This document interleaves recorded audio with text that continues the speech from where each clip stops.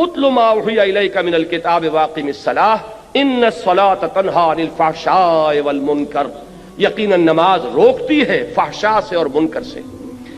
یہ عام طور پر لوگوں کے ذہن میں رہتا ہے کہ صاحب یہ نماز ہم بھی پڑھتے ہیں لیکن نماز کے ساتھ لوگ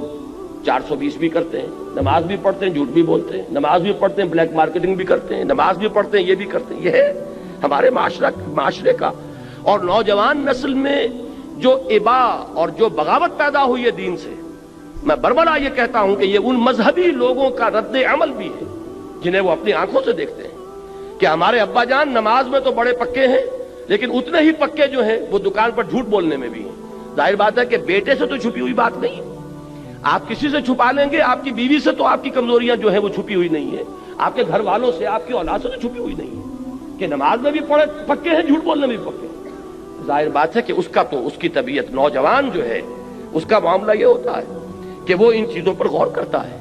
چاہے اگر سعادت مند ہے آپ کے سامنے بولتا نہیں لیکن آپ کو دیکھ تو رہا ہے، اس کا ایک اثر وہ قبول کرتا ہے اور وہ سمجھتا ہے کہ نماز بیکار ہے، فائدہ کیا اس کا؟ اگر نماز کے ساتھ یہ بھی ہے، اگر نماز کے ساتھ سنگ دلی بھی ہے، ایک غریب آدمی کو دیکھ کر آپ کا دل نہیں پسیجا، نوجوان جو ہے اس کا بھی تاثر قبول کرتا ہے کہ ہمارے ابا جان کے پاس کتنی کچھ دولت ہے اور اس نے اپنے ایک دکان کے ملازم کے ساتھ کیا سلوک کیا اس وقت، اس کی بیوی بیمار تھی، اسے کچھ قرض کی ضرورت تھی اور ابا جان نے کس طریقے سے ڈانٹ دیا، دھتکار دیا ہے۔ یہ نوجوان جو ذہن ہے یہ ان چیزوں کو دیکھتا ہے اور ان سے امپریشن لیتا ہے، اس سے تاثر لیتا ہے۔ تو یہ مسئلہ ہمارے ہاں کے زندہ مسئلوں میں سے کہ کیا وجہ ہے کہ ہماری نمازیں جو ہے بے اثر کیوں ہو گئی۔ قرآن دعوے سے کہہ رہا ہے کہ نماز تو فحش اور بے حیائی کے کاموں سے روکتی ہے، جبکہ ایسے لوگ ہمیں نظر آتے ہیں معاشرے کے اندر کہ نماز میں ہو سکتا ہے۔ میں نے مثالیں دی ہیں بعض اوقات، جب میں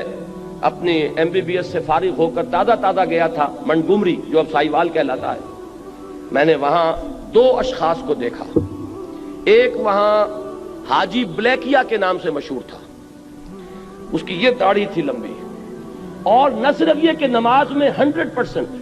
بلکہ وہ خاصا آسودہ حال کھاتا پیتا آدمی تھا، اس کے پاس ڈپو تھے اور ڈپو ہی میں بلیک ہوتی تھی، تو وہ اذان بھی خود جا کر دیتا تھا، 5 وقت کی اذان وہ شخص دیتا تھا۔ یعنی جہاں تک عبادت کا تعلق ہے، یہ ایک صاحب سائیوال کے بیٹھے ہوئے سر ہلا رہے ہیں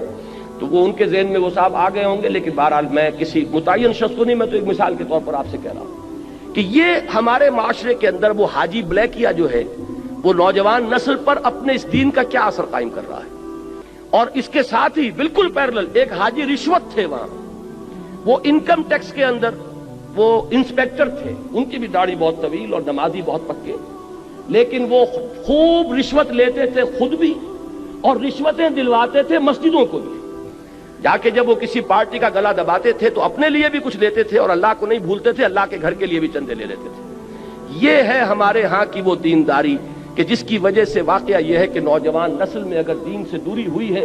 تو اس کے کچھ اسباب ہیں۔ اے باد صبا ہی ہمارے دست، یہ ہمارے اپنے کرتوت ہے کہ جس کی وجہ سے نوجوان نسل میں بغاوت پیدا ہوئی ہے۔ وہ کیوں ہے؟ وہ اسی وجہ سے ہے کہ یہ نماز رہ گئی رسم اذاں، روح بلالی نہ رہی۔ پوری زندگی کے ساتھ اس کی کوئی کوآرڈینیشن نہیں ہے،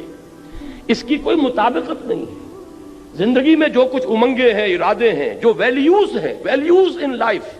اس کا اس نماز کے ساتھ کوئی تعلق نہیں رہا۔ یہ ایک اپینڈکس ہے، یہ ایک ضمیمے کی حیثیت سے انسان کی زندگی کے اندر علیحدہ جڑی ہوئی شے ہے، اس کا اس کے اصل سیرت سے، اصل کردار سے کوئی تعلق نہیں۔ یہ وجہ ہے کہ یہ نماز وہ نماز نہیں ہے۔ ہمارا یہ حج 30 لاکھ افراد حج کر رہے ہوں، لیکن یہ کہ کوئی دنیا میں اس کا اثر، ہمارے ہاں سے اگر 1 لاکھ افراد حج کر کے آئیں تو کوئی 1% دیانتداری معاشرے میں ہر سال اگر بڑھے اس 30 یا 1 لاکھ افراد کے حج کرنے سے، تو آج 25 سال اور 40 سال 40واں شروع ہو چکا ہے، 40% تو ہمارے ہاں دیانتداری بڑھتی اور بددیانتی گھٹتی، لیکن نہیں، معلوم ہوتا ہے کہ وہ جو کچھ ہے وہ سب ہے۔ نماز و روزہ و قربانی و حج یہ سب باقی ہیں، تو باقی نہیں ہے۔ وہ بیچ میں جو روح ہے وہ نکل چکی، اب یہ ریچولز کی شکلیں اختیار کر چکے ہیں یہ اعمال۔ یہ وجہ ہے، ورنہ واقعہ یہ ہے کہ بندہ مومن کے لیے سب سے بڑی تلوار وہ یہ نماز ہے، اللہ کے ساتھ تعلق قائم کرنے والی سب سے بڑی چیز نماز ہے۔